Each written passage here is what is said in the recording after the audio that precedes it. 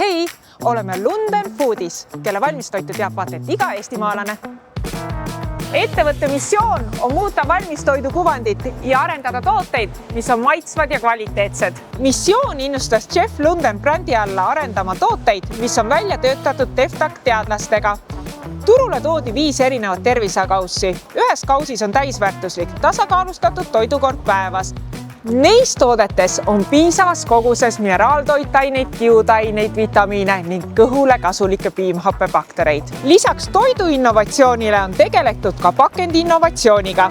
Vahetati komposiitmaterjalist pakend monomaterjalist pakendi vastu ja tootele kaant ei lisatud. Kaana asemel on õhuke kile. Sellega on ettevõte vähem kui 3 aasta jooksul vältinud circa 12 tonni plasti turul laskmist.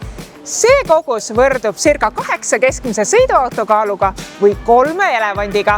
Aastal 2024 investeeriti uude kolmnurk-võileibade pakendamisseadmesse.